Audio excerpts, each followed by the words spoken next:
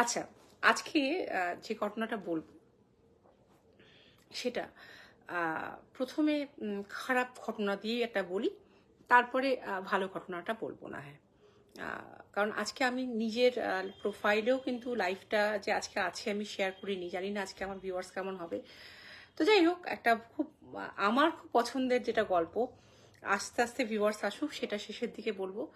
আর যেটা খুব খারাপ লাগবে শুনতে, খারাপ লাগবে মানে খারাপ লেগেছে আমার শুনতে, যাক ভালো আছো, তো সেইটা আমি দিয়ে শুরু করছি। তার আগে বলি যে আমরা অনেক সময় অনেক মানুষের জীবনে সংস্পর্শে আসি যাদের ঠিক তারা কোন জায়গা থেকে, কোন সাধনার কোন লেভেল থেকে বা কোন ক্ষমতা বলে তারা অনেক কিছু করতে পারে সেটা আমরা নিজেরাও কিন্তু জানি না। আমি অন্তত এমন অনেক মানুষের সংস্পর্শে এসেছিলাম। আমার মনে আছে আজ থেকে 21 বছর আগে, 21 বছর আগে, তখন আমার ভীষণই অল্প বয়স এবং আমার বিয়েতে আমি যাকে বিয়ে করব বা যাকে আমি বিয়ে করেছি তার সঙ্গে বিয়েতে ভীষণ বাধা আসছিল এবং সেই সময় আমার পিসির বাড়িতে আমি গেছিলাম। তো আমার পিসি আমাকে বলেছিল যে জানিস তো এমন একজন ভদ্রলোক আছেন যে কিনা সমস্ত কিছু বলে দিতে পারে, কারণ কি কোন জায়গা থেকে বাধা আসছে কি না আসছে একদম বলে দিতে পারে। তো আমি তখন ঠিক ওই কালী পুজোর সময়টা, ভাই ফোটার সময়টা আর কি, ওই সময়টা। তো আমি তাকে ফোন করাতে সে বললো যে খুব গম্ভীর গলায় বললো যে দেখুন আমি তো ভাই ফোটা বোনের কাছ থেকে নিই, কাজে ভাই ফোটার পর্যন্ত আমার চেম্বার বন্ধ থাকবে এবং তারপরে আপনি আসুন। এবং ফোনটা উনি কেটে দিলেন, ভালো করে কথাও শুনলেন না। তারপরে ভাই ফোটার পর যখন ওনাকে আমি ফোন করি, তখন ওনাকে ফোন করার পর উনি বললেন, আমি যখন বলতে যাচ্ছি যে আমি এমন এমন সমস্যায় আছি যে সমস্যাটা জন্য আপনার কাছে যাব, আমার সব থেকে যেটা আজ অবধি এবং সারা জীবন আমার বিস্ময় তৈরি করবে মনে, এবং ওর প্রতি আমার কনফিডেন্সটা বেড়ে গেছিল, ওর কনফিডেন্স দেখে, কনফিডেন্স লেভেল দেখে। দেখো, আমরা প্রত্যেকেই জানি যে আমরা আমাদের কথা যদি বলে দিই তাহলে তাদের ইজি হয় আমাদেরকে রিড করা, সেটা ফেস রিড হোক, মানে ফোরহেড রিড হোক, আমাদের পাম রিডিং হোক, যা কিছু হোক না কেন। কিন্তু আমি যদি তাকে, সে যদি আমাকে বলে প্রথমেই যে তুমি যদি আমাকে সব কিছু বলে দেবে তাহলে আমি বলবো কি, তোমার কাছ থেকে আমি নট এ সিঙ্গেল ওয়ার্ড, আমি কিচ্ছু শুনবো না। আমার তার প্রতি প্রথমে যাওয়ার আগেই তার প্রতি বিশ্বাসটা অদ্ভুতভাবে একটা তৈরি হয়ে গেছিল এবং আমি অদ্ভুত জিনিস দেখেছিলাম যে আমি যখন দরজা দিয়ে ঢুকলাম তার ঘরে, অত্যন্ত একটা সাধারণ পরিবেশ, একটা বড় তারামার মূর্তি তার বাইরে, কিন্তু শান্ত, শান্তি, ঠান্ডা একটা পরিবেশ, মানে বেশ ঠান্ডা শীতল পরিবেশ, যেখানে গেলেই যেন মনে হয় ঘুম পেয়ে গেল, কতদিন ঘুমোয়নি শান্তি করে, এরকম একটা অনুভূতি মনে হয়। এবং রীতিমতো তার বারান্দায় যেখানে তার সঙ্গে ভিজিটাররা দেখা করবে, অ্যাপয়েন্টমেন্ট নিয়েছে, তারা বসে আছে, সেটা চালটাও টালির চাল এবং রীতিমতো ছোট, মানে ঝুঁকে গেছে টালটা, এই নয় যে আতিশয্য আছে। আমি সেরকমই একটা, এবং অদ্ভুত ঘরে ঢোকা মাত্র একটা ধূপকাঠির গন্ধ, ধুনোর গন্ধ, একটা মরার মাথা রাখা আছে, যেটা পরে বুঝেছিলাম, সেদিন বুঝেছিলাম কি না জানি না, কারণ সেদিন আমার বোঝার মতো মানসিকতা ছিল না। আমি বাড়িতে বলে গেছিলাম যে আমার চাকরির ব্যাপারে আমি যাচ্ছি, এই নয় চাকরির ব্যাপারে, কিন্তু সেদিন সত্যি যায়নি। সেদিন আমি যেহেতু আমার বিয়েটা নিয়ে অনেক জায়গা থেকে প্রবলেম হচ্ছিল, সেই কারণে আমি ব্যাপারটা একমাত্র ডিসক্লোজ করেছিলাম আমার ইয়েকে, ছোট মাসিকে, কিন্তু আমি আমার মাকে বলে যাইনি। আমি বলেছিলাম চাকরির ব্যাপারে যাব, এবং ওরা কিন্তু চিরদিনই খুব প্রিভেসিটা মেনটেন করে, যে তুই যাচ্ছিস তুই একা কথা বল, আমরা যাব না, কারণ ওদের সামনে বলাটা আমার পক্ষে মুশকিল ছিল। আমি যখন ঘরে ঢুকলাম, অদ্ভুত একটা ধূপ ধুনোর গন্ধ, যে ধূপ ধুনোর গন্ধটা আমি সচরাচর অত সুন্দর গন্ধ খুব কম পেয়েছি জীবনে। এবং ঢোকা মাত্রই উনি গড় গড় গড় গড় করে আমার সম্বন্ধে বলতে শুরু করলেন। সব থেকে আমার যেটা অবাক লেগেছিল, উনি আমাকে কখনো দেখেননি তার আগে, উনি শুধু আমার দিকে তাকিয়েছিলেন, কতগুলো সংখ্যা জিজ্ঞেস করলেন, এবং যে সংখ্যাটা আমি ওনাকে বলেছিলাম, হ্যালো পিয়ালি, হ্যালো ভিভান, তো যে সংখ্যাটা আমি ওকে বলেছিলাম, দেখা গেছিল অলরেডি উনি স্লেটে সেটা আগে থেকেই লিখে রেখেছেন। হ্যাঁ, এটা হতে পারে যে আমাদের সাইকোলজি একটা মাত্রা, একটা একটা ক্যালকুলেশন আছে যে আমাকে 1 থেকে 10-এর মধ্যে বলতে বললে আমরা নির্দিষ্ট একটা সংখ্যা বলবো। Good evening Indrani. তো আমরা নির্দিষ্ট একটা সংখ্যা বলবো এবং কমন সাইকোলজি সেটাই বলে। সাধারণত 1 থেকে 10-এর মধ্যে বলতে গেলে আমরা সাধারণত খুব সংখ্যা যেটা বলি যে মায়াবী পরিবেশ তৈরি করেছি। তো আমরা 1 থেকে 10-এর মধ্যে বলতে গেলে ম্যাক্সিমাম লোক আমরা কি বলি, 8 বলি, 5 বলি, এরকম বলি। 1 বা 10 কিন্তু খুব কম বলি। হ্যাঁ, এখন হ্যারাস করার জন্য তুমি তাকে বলতেই পারো, কিন্তু ওনার কথা হচ্ছে হ্যারাস করার জন্য নয়। ওনার কথা ছিল তোমার প্রথমেই মনে যে সংখ্যাটা আসবে তুমি সেটাই বলবে, তুমি কিন্তু তৈরি করে বলবে না। আর প্রথমেই আমাদের সংখ্যাটা মাথায় যেটা আসে সেটা হচ্ছে 8 বা 5, এরকম ধরনের। এই সংখ্যা তত্ত্ব নয়, ছেড়ে দাও। কিন্তু আমি তারপরেও দেখেছি, আমার মাসিকে নিয়ে গেছি, আমার বিভিন্ন জনকে, আমি যখনই যেখানে উপকার পাই, যেখানে যে মনে হয়েছে আমার যে ভালো লেগেছে, অনেককে নিয়ে গেছি। মাসি বাড়িতে বসে বলে গেছে যে আমি অন্ধদের জন্য, জীবনে বেঁচে থাকলে অন্ধদের জন্য। মাসি খুব ব্লাইন্ডদেরকে সাপোর্ট করতো। মানে মাসি নিজে না, সব থেকে দুর্বল জায়গা ছিল চোখ। খুব চোখ নিয়ে ভয় পেত যে আমার চোখ যেন ঠিক থাকে, এবং সবসময় ব্লাইন্ডদের প্রতি খুব দরদ ছিল। যদি মাসি বেঁচে থাকতো আমার, তাহলে হয়তো ব্লাইন্ডদের জন্য আজকে একটা ভালো কিছু কাজ হতে পারতো ওর হাত দিয়ে। সেইটা যে বাড়িতে বসে বলেছে, সেটা কিন্তু সে দিলীপ দার, নামটা বলেই ফেললাম, জানার কথা নয়, কিন্তু উনি কিন্তু নামটা, উনি কিন্তু বাড়িতে বসে সন্ধেবেলায় কি বলে গেছে মাসি, সেটাও কিন্তু মাসিকে সন্ধেবেলায়, আমি একটা নিয়ে গেছিলাম সন্ধেবেলায়, বলে দিয়েছিলেন। এই যে জিনিসগুলো আমার তখন মনে হয়েছিল, ওনার কানে কি কেউ এসে বলে যায়? ওনার কানের কাছে কি কেউ দাঁড়িয়ে থাকে? অহরহ কি এপাশে ওপাশে দাঁড়িয়ে থাকে যারা ওনাকে হেল্প করে, যারা ওকে বলার আগেই বলে দেয় যে তুই এইগুলো বল? একটা মানুষের পক্ষে কি করে সম্ভব যে যে মানুষটাকে সে জানে না, বোঝে না, চেনে না, দেখেনি, সে তার সম্বন্ধে বলে দিচ্ছে? এইবার এই প্রসঙ্গ থেকে আমি একটা অদ্ভুত অন্য প্রসঙ্গ বলছি। যদিও উনি কিন্তু মানে কর্ণপিশাচ যে সাধক ছিলেন না, উনি ছিলেন সাধক। কিন্তু কর্ণপিশাচ কথাটা আমরা কজন শুনেছি জানি না। এটা খুব কম আলোচিত হয়েছে আমাদের গ্রুপের মধ্যে, লাইভে আমি মনে হয়। তো সেইটা যখন আজকে, মানে আমি একজন বিশেষ সাধু বাবার কাছে কতগুলো তথ্য পেয়েছিলাম, তারাপীঠে যিনি দীর্ঘদিন ধরে সাধনা করেন, এবং তিনি যখন আমাকে বলেছিলেন, হ্যালো বিশালাক্ষী, তো উনি যখন বলেছিলেন যে থ্যাংক ইউ, উনি যখন বলেছিলেন আমাকে, তখন আমার মনে হয়েছিল যে এই কথাগুলো কি জানি লাইভে শেয়ার করব। কারণ কখনো কখনো কোনো কোনো জিনিস শেয়ার করলে কার কোন দিক থেকে লেগে যায়, কার কোন দিক থেকে মিল পেয়ে যায়, কখনো হয়তো কোনো কেউ মনে হতে পারে যে এরকম জোন আমি দেখেছি, সে হয়তো পরবর্তীকালে সচেতন হবে, বা সে হয়তো পরবর্তীকালে সেটাই আমাদের লাইভে এসে শেয়ার করবে, কে বলতে পারে, হতেই পারে। তাই কোনো কিছু শুনতে পেলে, কোনো কিছু জানতে পেলে আমি সব থেকে আগে এসে আমাদের গ্রুপের লাইভে শেয়ার করতে ভালোবাসি। কর্ণপিশাচ হচ্ছে এরা এক ধরনের পিশাচের সাধু, যারা ঈশ্বরের সাধনা করে। সত্যি কথা বলতে কি, যে সাধকেরা, তারা কিন্তু তাদেরকে কোনো নাম্বার সেই অর্থে দেয় না, অর্থাৎ তাদেরকে তারা কিন্তু খুব নিচু নজরে দেখে। কারণ পিশাচ কথাটা মানেই হচ্ছে নিষ্ঠুরতা। তো পৈশাচিক আনন্দ, নিষ্ঠুরতা ভরা আনন্দ। তাহলে পিশাচের সাধনা যারা করে, তাদেরকে যারা পজিটিভ এনার্জি বা ভগবান বা ঈশ্বরের মঙ্গল সাধনা করেন, তারা কখনো কি ভালো চোখে দেখতে পারেন? কখনোই নয়। এবং এই নিয়ে খুব বেশি আলোচনা কিন্তু সাধারণত কেউ করতেও চায় না। কিন্তু তবুও একজনের কাছ থেকে আমি কর্ণপিশাচের যারা সাধনা করে তাদের সম্বন্ধে কতগুলো তথ্য পেয়েছিলাম। সাধারণত কর্ণপিশাচের কারা সাধনা করে? যারা অদ্ভুত ক্ষমতা চায়, যারা চায় যে পিশাচকে তাদের কন্ট্রোলে রেখে তারা মানুষের ম্যাক্সিমাম ক্ষতি সাধন করে, ভালো কাজ তো তাদের দিয়ে হয় না খুব একটা, ক্ষতি সাধন করে তারা প্রত্যেকটা জগৎ, মানে না, তার প্রত্যেকটা না, তারা জগৎকে, তারা চারিপাশের মানুষকে তারা গ্রিপে রাখবে, হাতের মুঠোয় রাখবে।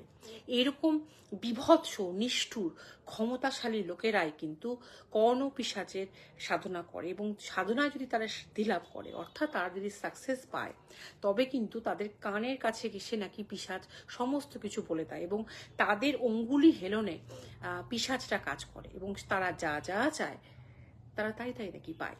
কিন্তু তাদের জীবনের শেষ পরিণতিও নাকি সেই পিশাচের হাতেই মৃত্যু হয়। অর্থাৎ তারা জীবনে তো কোনো ভালো কাজ করতে পারে না, তারা জীবনে সবসময় পৈশাচিক কাজই করে। খারাপ কাজের ফল তো খারাপই হবে, রিভার্স অর্ডারে তার দিকেই সেই খারাপটা ধাবিত হবে, তাই না? এই পৈশাচিক উল্লাস তাদের মধ্যে এমন থাকে, যারা কর্ণপিশাচের সাধনা করে তারা দেখতে কুচকুচে কালো হয়ে যায় আস্তে আস্তে। তাদের সাধনার কতগুলো নমুনা আমি যদি বলি, মানে কতগুলো পথ অবলম্বন যেগুলো করা হয় সেগুলো যদি বলি, তাহলে আই এম শিওর যে তোমরা প্রত্যেকেই কিন্তু শিহরিত হয়ে যাবে। জানি না তোমরা কতজন জানো কর্ণপিশাচের ব্যাপারটা, তবে আমি যেদিন জেনেছিলাম সেদিন আমার কাছে মনে হয়েছিল জিনিসটা ভীষণ ভয়াবহ। প্রথম কথা, এই ব্যাপারে সাধনা সবাই করতে চায় না। যারা সাধনা করতে চায়, শ্মশানে কিন্তু ভালো সাধু সাধনা করে, পিশাচের সাধনা করা হয়, কিন্তু খুব নিম্ন স্তরের এবং নোংরা ভাবে করতে হয়। একদম ঠিক কথা ইন্দ্রাণী। এবং শ্মশানের যে জায়গাটা সব থেকে অপবিত্র এবং ভীষণ নোংরা আবর্জনা যুক্ত, সেই জায়গায় কর্ণপিশাচের সাধনা করতে হয়। বা লাশ কাটা ঘরে, অর্থাৎ বুঝতেই পারছো জায়গাগুলো কিরকম। এবং 21 দিন তারা যখন সাধনা করে, তারা কিন্তু সেই জায়গা থেকে নড়তে পারে না। তারা সেখানেই মল মূত্র ত্যাগ করে, সেখানেই খায়, সেখানেই সাধনা করে। সেখান থেকে তাদের কিন্তু নড়া যাবে না, এবং এই সাধনায় যদি এতটুকু ভুল হয় তাহলে কিন্তু তাদের সর্বনাশ হয়ে যাবে। তোমরা একটা কীর্তনে আওয়াজ বোধহয় শুনতে পাচ্ছ, বৈশাখ মাসে কীর্তন বেরোয়, যেটা ইন্দ্রাণী জানবে, ধুলোট বলা হয়। তো গ্রামের দিকে সাধারণত এটা হয়। এখনো পর্যন্ত আমাদের এইখানে এই জিনিসটাকে ধরে রেখেছে কিছু লোক, যে বৈশাখ মাসের সন্ধেবেলা সারা বৈশাখ মাস একদল লোক নিজের আপন মনে, আপন তালে, আপন গানে কীর্তন করতে করতে যায়। আগে এই সময় একটা বৈশাখ মাসের সন্ধেবেলায় সারাদিন গরমে তাতে পড়ার পর যখন একটা মৃদুবন্ধ বাতাস দিত, বারান্দায় গিয়ে ছুটতে দেখতাম বাবার হাত ধরে, বাবা বাবা কীর্তন যাচ্ছে। বাবা বলতো হ্যাঁ ধুলোট যাচ্ছে। এবং বৈশাখ মাসে যখন শেষ হয়ে আসতো, আমার খুব মনে কষ্ট হতো যে আমি আর এই কীর্তনটা শুনতে পাবো না। কারণ এই যে একটা নির্দিষ্ট খোল কীর্তন বাজিয়ে একদল লোক আপন ভোলা হয়ে, গরমকে উপেক্ষা করে, সবকিছুকে উপেক্ষা করে নিজের মনে গান করতে করতে যায়, এটা একটা অদ্ভুত আবেদন আছে। হ্যাঁ, যারা কর্ণপিশাচের সাধনা করে, ঠিক বলেছো ইন্দ্রাণী, তারা নিজেদের মল বা নিজেদের যে পটি, সেটা তারা টিপ পরে, তিলক পরে, মানে টিপ পরে, বা কানে লাগায়, গায়ে লাগায়, তারা সেগুলো অনেক সময় খায়। তারা মরা মানুষের যে মাংস, সেটা পর্যন্ত যেটুকু মানে ধরো ওই যে লাশ কাটা ঘরে তাদের দেহের অঙ্গ প্রত্যঙ্গ যেগুলো পড়ে থাকে, হয়তো কিছুটা পড়ে, বা তারা নিয়ে নিল, সে কিছুটা নিয়ে নিল, হ্যাঁ কিছুটা তারা একদম সাংঘাতিক। Hello Tumpa, welcome to my life. তো তারা কিন্তু দেহের কিছু অংশ, মানে হয়তো আঙ্গুল বা কিছু একটা মাংস চিনল, সেটাকে ঝলসে আগুনে তারা খেলো, বা সেইগুলোকে সাধনার কাজে লাগালো। কিভাবে? 21 দিন তাদের কিন্তু টিকে থাকতে হবে। 21 দিন তারা নিজেদের মলমূত্র গায়ে মেখে ওই মরার যারা শ্মশানে করে, মরা পোড়ানোর আগুনে সেই মরার দেহ থেকেই মাংস নিয়ে পুড়িয়ে ঝলসে খেয়ে, বা এমনও সেই সাধু বাবার কাছে আমি শুনেছি যে একটা লাশ, বেওয়ারিশ বলবো না, বৃদ্ধাশ্রমের লাশ, আসলে বৃদ্ধাশ্রমে এমন মানুষও থাকে যাদের ছেলে মেয়েরা হয়তো ওয়ান টাইম একটা মানে একটা টাকা দেয়, একটা ওয়ান টাইম একটা টাকা লাগে, একটা লামসাম অ্যামাউন্ট লাগে, তার বিনিময় সেই মা বা বাবার সারা জীবনের বৃদ্ধাশ্রম কর্তৃপক্ষ দায়িত্ব নিয়ে নেয়, এবং এমনও হয় যে মরে যাওয়ার পর সেই ছেলেমেয়ে সেই শেষ কার্যে আসেও না। সেই সব দেহকে বৃদ্ধাশ্রম থেকে কি করা হয়, ওই শ্মশানে দিয়ে আসা হয়, এবং এমন একটা রসিদ নিয়ে আসা হয়, রসিদগুলো মানে কমপ্লিট হয়ে গেছে দাহ কার্য, কিন্তু দাহ কার্য কিন্তু কমপ্লিট হয়নি, কারণ দাহ কার্য ওই ডোমদের উপরই দায়িত্ব দিয়ে আসা হয়। তাদের তো কেউ ওয়ারিশ সেই অর্থে নেই যে যে তাদের নিয়ম করে যে এক এক করে যে রীতিনীতিগুলো সেগুলো করবে, যেগুলো প্রসিডিওর সেগুলো করবে, ওই ডোমদের হাতেই দেওয়া হয়। সেই সব লাশের সঙ্গে কিন্তু এরা বেশি করে। যেমন বলছে বৃদ্ধাশ্রম থেকে একটা মহিলার মৃতদেহ এসেছে, তখন এই ভদ্রলোক অল্প বয়স, ইনি কিন্তু সাধনা করছেন। উনি দেখছেন যে একজন লোক যে কিনা কর্ণপিশাচের সাধনা করছে, এবং সে কিন্তু একে জানিয়েই সাধনা করছে, কিন্তু এও তখন নতুন সাধনা করছে ঈশ্বরের, আর ও তখন নতুন সাধনা করছে। কেউ কাউকে প্রতিবাদ করা বা কেউ কাউকে থামানোর ক্ষমতা তো কারোরই নেই, এবং অধিকারও নেই। ও বলছে হঠাৎ করে দেখা গেল যে একটা কি বিশাল কিছু দিয়ে সেই মেয়েটার মাথাটার খুলিটা ভাঙা হলো, এবং গল গল গল গল করে সে ঘিলু পড়লো, সেই ঘিলুটাকে নিয়ে ও টটর করে খেয়ে নিল। বলছে এই দেখে ওই ভদ্রলোক 4-5 দিন মুখে কিছু খাবার দিতে পারেনি, মানে এত ওনার অতৃপ্তি হয়েছে। এবং তাদের দেহ অঙ্গ প্রত্যঙ্গ মাংস সেখান থেকে খাবলে নিয়ে খেয়ে, এবং এমন তাদের পৈশাচিক উল্লাস, মৃতদেহ দেখলে যারা কর্ণপিশাচের যারা সাধনা করে তারা এমন পৈশাচিক উল্লাস করে যে তুমি সেখানে টিকতে পারবে না, তুমি দাঁড়াতে পারবে না। তাদের হাসির আওয়াজটা, ওই হায়নার হাসির আওয়াজ আমরা শুনেছি না, যে হায়না ডাকলে হাসির মতন লাগে, একটা বিভৎস বিভৎস, মানে তাদের কানেও সেই পিশাচ হাসছে এবং সেও তোমার সামনে হাসবে। হয়তো মৃতদেহর গলাটাকে কেটে তারা ফুটবলের মতো খেলবে। এবং এই সাধনায় নিয়ম হচ্ছে 21 দিন অন্তর অন্তর, 21 দিন অন্তর অন্তর না, 21 দিন পর যারা সাকসেস পায়, আমি আবারও বলছি, যারা সাকসেস পায় তারা একটা দৈববাণী শোনে। দৈববাণী আকাশ থেকে, আকাশ থেকে আমরা জানি সবসময় ভালো কথায় আসে না, নির্দেশ আসে, সেখানে ভালো হতে পারে খারাপও হতে পারে, এবং যে নির্দেশই আসুক না কেন সেই নির্দেশ 48 ঘন্টার মধ্যে তাদেরকে পূরণ করতে হয়, তবেই তারা সাধনায়। প্রথম কথা, দৈববাণীটা যেই এলো, দৈববাণী বলবো না, মানে আকাশবাণী, দৈববাণী বলবো না, আকাশবাণীটা যেই এলো ধরে নিতে হবে তারা কিন্তু সাকসেসের পথে যাচ্ছে, ঠিকঠাক পথে এগোচ্ছে, এবং তাদেরকে একটা নির্দিষ্ট জিনিস চাওয়া হবে। সেই জিনিসটা 48 ঘন্টার মধ্যে তারা যদি না দিতে পারে, তারা শুধুমাত্র তারা যে এই ব্যাপারে সাকসেস পেল না তা না, তারা মারা যাবে। কাজে তাদেরকে অ্যাট এনি কস্ট সেটা পূরণ করতে হবে। এই জন্য দেখো না মাঝে মাঝে বিভিন্ন তিথিতে, বিভিন্ন রকম ইয়েতে বা বিভিন্ন সময় ছোট ছোট বাচ্চা গায়েব হয়ে যায়, অদ্ভুতভাবে নিরুদ্দেশ হয়ে যায়, তারপর দেখা যায় গলা কাটা দেহ, হয়তো কেউ সাধনা করতে গিয়ে তাকে মেরে ফেলেছে। এই সব ক্ষেত্রেও কিন্তু এরকম হয়। তারা কিন্তু যদি বাচ্চার বলি চায়, তাহলে তারা সেই বাচ্চাকে, তারা তখন অন্য কোনো দিক দেখে না, কার বাচ্চা, বাচ্চা নিষ্পাপ প্রাণ, এসব কিচ্ছু অনুভূতি তাদেরকে কাজ করে না। তারা শুধুমাত্র জানে সাকসেস, তারা শুধুমাত্র জানে বেঁচে থাকতে হবে, টিকে থাকতে হবে। তাই 48 ঘন্টার মধ্যে তখন তারা কার মার কোল উজাড় হলো সেসব দেখে না, সেসব হয়তো এরকম যদি তারা নির্দেশ পায়। ইভেন বলছে সেই সাধু বাবা, যে সেই সাধু বাবা বলছে, হ্যালো সোহিনী, কেন গো নরিন, হ্যাঁ হ্যাঁ হ্যাঁ, মানে আমার সরি সোনালিদি, মানে এই কথাটা বলতেও আমার সত্যি ভিতর থেকে কেমন গুলি উঠলো। কিন্তু মানে আমার এই কথাগুলো যদি না বলি তাহলে তো কমপ্লিট হচ্ছে না জিনিসটা। যে এটা বলবো, যেটুকু ইনফরমেশন পেয়েছি সেটুকু যদি না বলি, সেই কারণে বললাম। কিন্তু এই জিনিসটা যখন আমি শুনেছিলাম তখন আমারও কিন্তু খুব শরীরে কষ্ট হয়েছিল। বলছে তারা মুরগিকে একদম এমনি করে সেই গলা কেটে গল গল গল গল করে রক্তটা খেতে শুরু করলো, এবং এবং তাদের হয়তো ছাগলকে, মানে হয়তো পাঁঠার মাংস, পাঁঠা কোনো ছাগল, তারা গলা কেটে দিল, কেউ একজন ধরলো, মানে সে যেমন আমরা জগে জল খাই সেরকম করে তারা রক্ত পান করলো, এবং সেই রক্ত শুধু পান করলো না, তারা গোটা গায়ে স্নান করলো। মানে তাদের কাছে প্রাণ নেওয়াটা, প্রাণ, রক্ত, এই যে গন্ধ, রক্তের যে একটা গন্ধ আছে সেটা অনেকেই সহ্য করতে পারে না। যেমন আমি তো ননভেজ নাই খাই না, কিন্তু যারা ভেজ খাই ননভেজ খাই না, তা হ্যাঁ, যারা ননভেজ খায় তারাও দেখবি মাছ মাংসের বাজারে পাশ দিয়ে যেতে গেলে নাকটা কেমন শীত করে।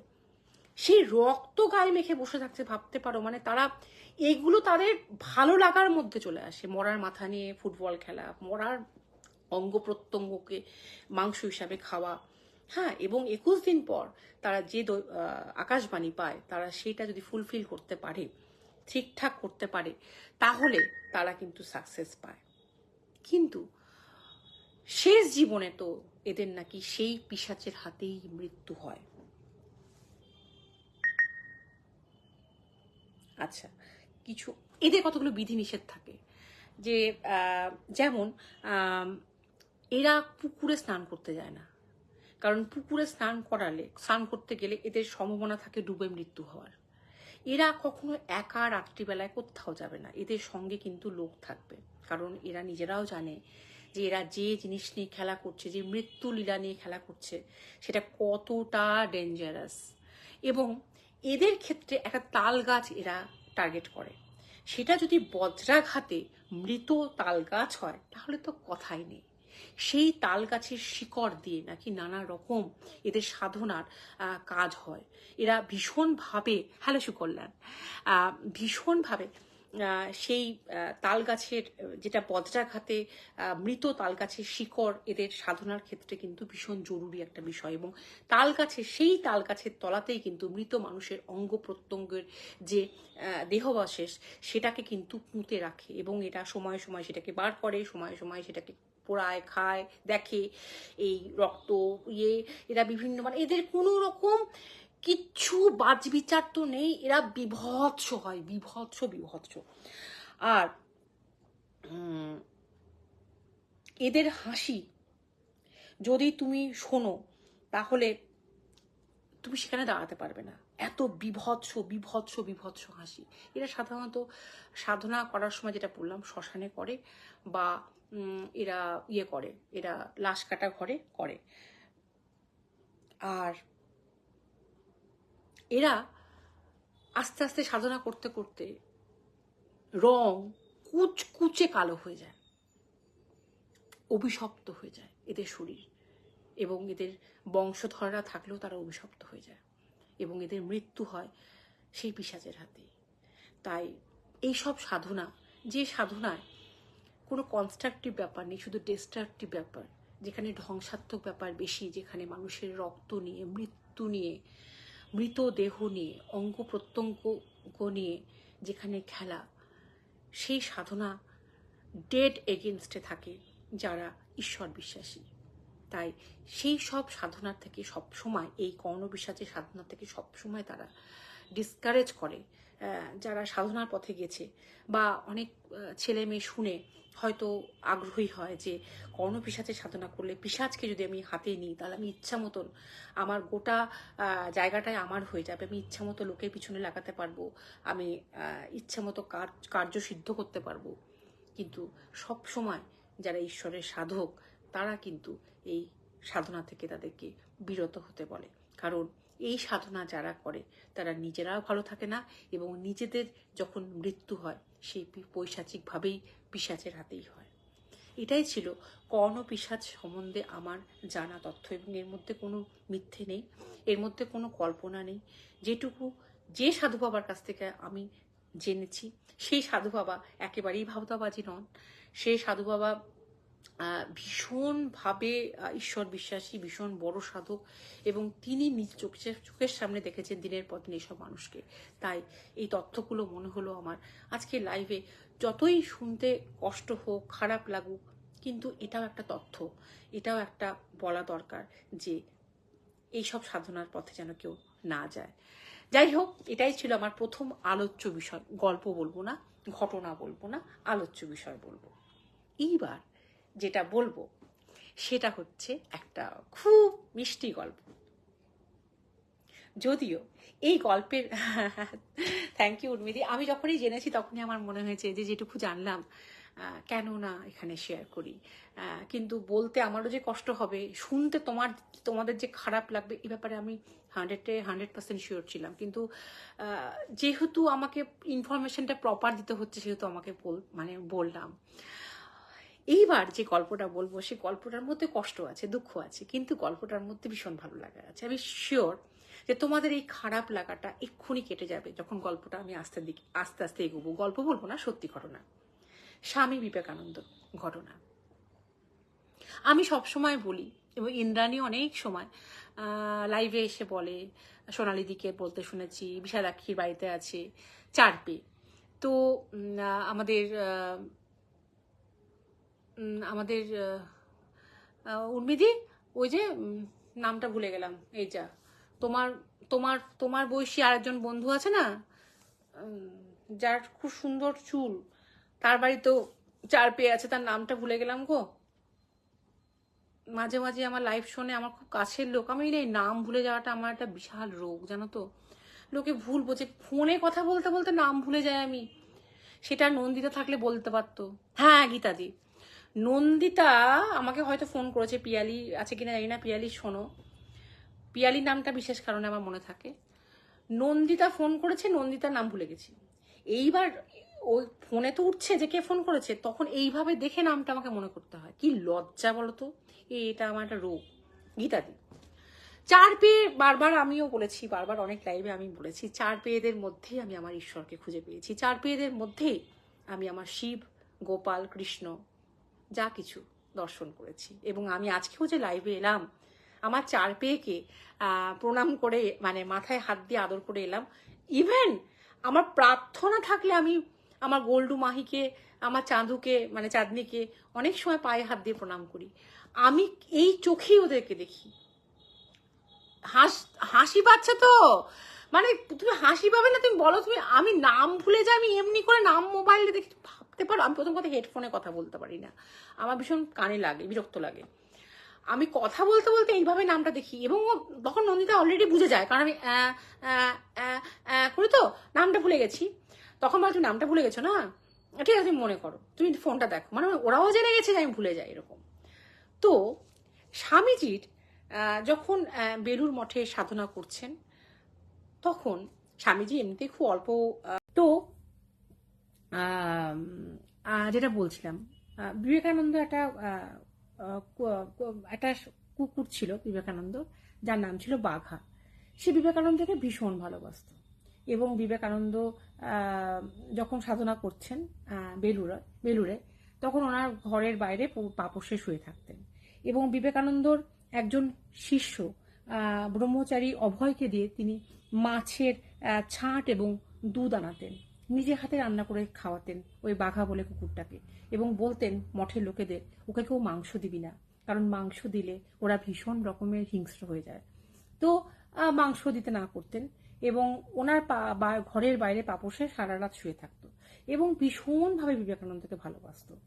তো বিবেকানন্দ কোথাও গেলে বাঘার মাথা ঠিক থাকতো না, একে ওকে কামড়াতে যেত, ভীষণ চেঁচামেচি করতো, তাকে রাখা দায় হয়ে যেত। এইরকমই একটা ঘটনা ঘটলো এক সময়। বিবেকানন্দ একটা কাজে 3 মাসের জন্য বেলুড়ের বাইরে গেল। বাইরে যাওয়ার পর সেই বাঘার তো মাথা খারাপ, কারণ সে তার প্রভুকে দেখতে পাচ্ছে না, এবং সে অন্য কাউকে প্রভু মানতে নারাজ। যার প্রভু বিবেকানন্দ, সে কি আর অন্য কাউকে প্রভু মানতে পারে? তাই বাঘার মাথা খারাপ হয়ে গেল। বাঘা যাকেই দেখে তাকেই কামড়াতে যায়, ভীষণ ঘেউ ঘেউ করে। মঠের সবাই খুব বিরক্ত, কারণ বিবেকানন্দ ভীষণ ভালোবাসলো। সবাই যে বাঘাকে খুব ভালোবাসতো, বাঘাকে সবাই খুব ভালো চোখে দেখতো তাও নয়, অনেকে কুকুর বলে ঘৃণাও করত। সবার মন তো সমান নয়। তাই একদিন তাকে ধরে বেঁধে জল পার করে দক্ষিণেশ্বরে দিয়ে আসা হলো। জল পার করে, যেন এই দিকে আর আসতে না পারে। অপরাধ কি না, বাঘা একদিন ঠাকুরের ভোগে মুখ দিয়েছে, আর যায় কোথায়? একেই তো সবাই বাঘার উপরে ভীষণ অসন্তুষ্ট ছিল, তার মধ্যে ঠাকুরের ভোগে মুখ দিয়েছে। ঠাকুরের ভোগ বলে কথা, এত বড় অনিষ্ট, এত বড় পাপ করেছে, তাকে তো শাস্তি দিতে হবে। তাই তাকে ধরে বেঁধে তাকে জল পার করে নৌকা করে দক্ষিণেশ্বরে ছেড়ে আসা হলো। বিবেকানন্দ নির্দিষ্ট সময় পর যখন ফিরলেন, এসে শুনলেন বাঘাকে তার কয়েকদিন আগেই ছেড়ে দিয়ে আসা হয়েছে। ওনার খুব খারাপ লাগলো, কিন্তু উনি কিচ্ছু বললেন না, কারণ উনি তো অন্তর্যামী। উনি তো জানেন যে বাঘা ওনাকে ছেড়ে কখনো দূরে থাকবে না, ওনাকে ছেড়ে বাঘা থাকতেই পারে না। বাঘাও তককে তককে থাকে বেলুড়ে ফিরে আসার জন্য। একদিন একটা ওই ফেরিঘাটে বসে থাকে, নৌকা আসছে, বাঘা নৌকোতে চড়ে বসলো। নৌকোতে চড়ে বসেই বাঘা সবাইকে দাঁত দেখাতে শুরু করলো, মানে দাঁত খিঁচোতে শুরু করলো। যেই ওকে নামাতে যায়, মাঝি তো বাঘাকে নিয়ে কিছুতেই বেলুড়ের দিকে যাবে না, কারণ যাত্রীদের অসুবিধা হবে। যাত্রীরা সবাই কুকুর যে ভালোবাসে তা নয়, কুকুর যে সবাই ভালোবাসে, কুকুর যে সবাই। তো যখন বাঘা কিছুতেই নামবে না, তখন ওই যাত্রীরা বলতে শুরু করলো যে আচ্ছা, যখন কুকুরটা কিছু কারোর ক্ষতি করছে না, যখন কিছুই করছে না, তখন ওকে নিয়ে চলো। ওকে নামাতে গেলেই তো ও কামড়াতে যাচ্ছে, তার আগে তো কামড়াতে যাচ্ছে না, ওকে নিয়েই বরঞ্চ চলো। ভটভটি সেই নৌকা করে ওই দক্ষিণেশ্বরের দিকে, দক্ষিণেশ্বর থেকে বেলুড়ের দিকে নৌকা রওনা হলো। যেই বেলুড়ে পৌঁছলো, বাঘা নৌকা থেকে নেমে গিয়ে বেলুড়ের মঠে লুকিয়ে থাকলো, কারণ বাঘা জানতো ভোরের আলো ফোটার আগেই বিবেকানন্দ স্নান ঘরে স্নান করতে আসেন। ও কিন্তু অপেক্ষা করতে লাগলো, না খেয়ে না দিয়ে না ঘুমিয়ে। ভোরের আলো ফুটতে না ফুটতে, ফোটার আগেই যখন বিবেকানন্দ স্নান করতে গেছে, বাঘা তখন পায়ের কাছে এসে আদর করে কি মিউ মিউ কান্না। বিবেকানন্দ মাথায় হাত দিয়ে বলেন, তোকে আমি এত করে বলেছি না বাঘা, তুই কাউকে কামড়াতে যাবি না। তুই আমি কোথাও না গেলে তোর মাথা খারাপ হয় কেন? আমাকে তো এদিক ওদিক যেতে হবে। আর ধুর পাগল, আমি কি চিরদিন থাকবো? তুই এরকম করিস কেন বাবা? বলে যখন বিবেকানন্দ মাথায় হাত বুলিয়ে বোলাচ্ছেন, তখন মঠের আরো সব সন্ন্যাসীরা, আরো সব ব্রহ্মচারীরা এসে জুটেছেন। বিবেকানন্দ কড়া নির্দেশ দিলেন তাদের দিকে তাকিয়ে যে বাঘাকে এখান থেকে যেন কোনো মতেই কেউ আর না সরায়। তখন বাঘার আনন্দ দেখে কি, বাঘা ভৌ ভৌ করে সবারই দিকে গর্ব করে তাকিয়ে ঝগড়া করতে লাগলো, মানে কেন তাড়িয়েছিলি, আর তাড়াবি? আর তো তাড়াতে পারবি না, এবার তো উপরওয়ালা নির্দেশ এসছে। এইভাবেই বাঘা বিবেকানন্দ ঘরের বাইরে শুয়ে থাকতো। কিন্তু বিবেকানন্দর অকাল প্রয়াণে বাঘা এতটাই ভেঙে পড়ে যে তাকে 3-4 দিন কেউ খাওয়াতে পারেনি। সে এতটাই অসুস্থ হয়ে পড়ে এবং সত্যি সত্যি তারপরে তার মন এতই ভেঙে যায় যে সে 1 বছরের মধ্যেই তার মৃত্যু হয়। যখন বাঘা বেঁচে ছিল, যখন বিবেকানন্দও বেঁচে ছিল, তখন বিবেকানন্দকে একজন শিষ্য ঠাট্টা করে বলেছিল, সেই শিষ্যর নাম হচ্ছে সদানন্দ, যে একটা কাজ করুন, আপনি বরঞ্চ বাঘাকে আপনার শিষ্য করে নিন, ওকে বরঞ্চ দীক্ষা দিয়ে দিন, ওর নাম হোক বাঘানন্দ। হ্যাঁ, বিবেকানন্দ তার উত্তরে কি বলেছিলেন জানো? বলেছিলেন, বাঘাকে দীক্ষা দেব এমন ক্ষমতা কার? এমন ক্ষমতা কি আমার? যুধিষ্ঠিরকে কুকুরের বেশে ধর্ম স্বর্গে নিয়ে গেছিল, বাঘা হয়তো তাদের মতনই একজন।